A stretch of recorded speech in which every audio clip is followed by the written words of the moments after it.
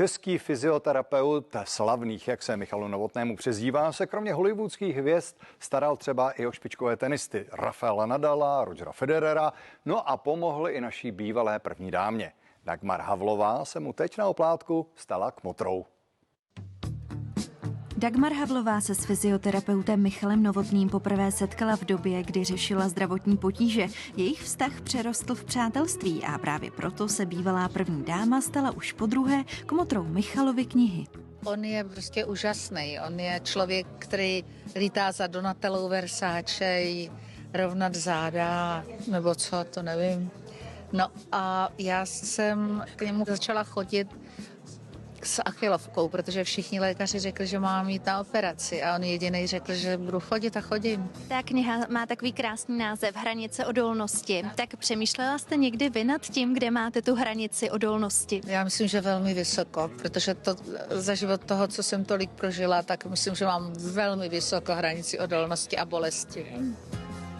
Nemoci, které máme, tak jsou psychosomatického rázu, to je jasná věc a ten Michal to ví.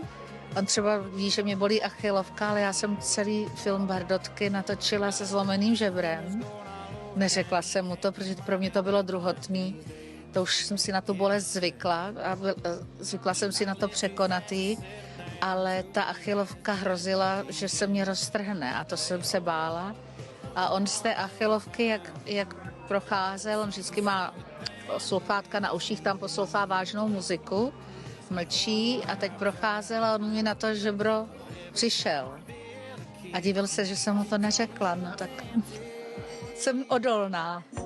Odolnost má v krvi i druhá kmotra Tereza Kostková, která statečně odolává i předvánočnímu stresu. Já vlastně mám stres jenom z toho, že nemám stres. Jako já si říkám, jejda, se všichni tak ptají, tak už bych asi měla. Já ho samozřejmě pozoruji, vidím někdy to roztomilé, vidět, co všechno jsme jako lidstvo ochotni udělat pro nějaký domluvený termín.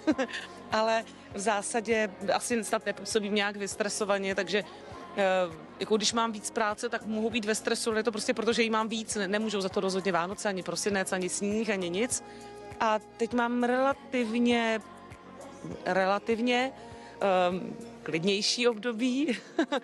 Neznamená to, že bych nepracovala v podstatě každý den, ale mám tam nějaký nádech, takže se spíš těším, že zase budu vyrábět adventní věnce. Dárky už mám, já je mívám za celý rok nazbíraný, takže já to v zásadě jen tak potom zabalím, porozděluju. Já nemám stres. Jsem ráda, že existuje takový ostrov, při kterém se všichni trošku useberou a malinko sklidnějí. Stejně se potom zase všichni rozhodíme.